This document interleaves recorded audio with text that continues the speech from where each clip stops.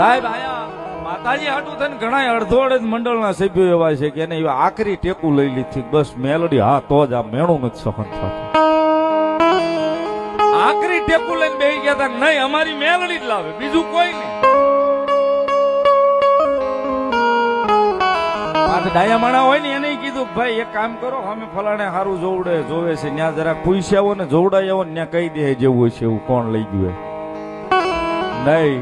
અમારા ગામના સીમાડો હાંચવીને અમારી મેલડી બેઠી એના નામથી જીવી છે મરી જાય તો એના નામથી નથી જવું. સાહેબ આખરી ટેકુમાંથી નીકળતા હતા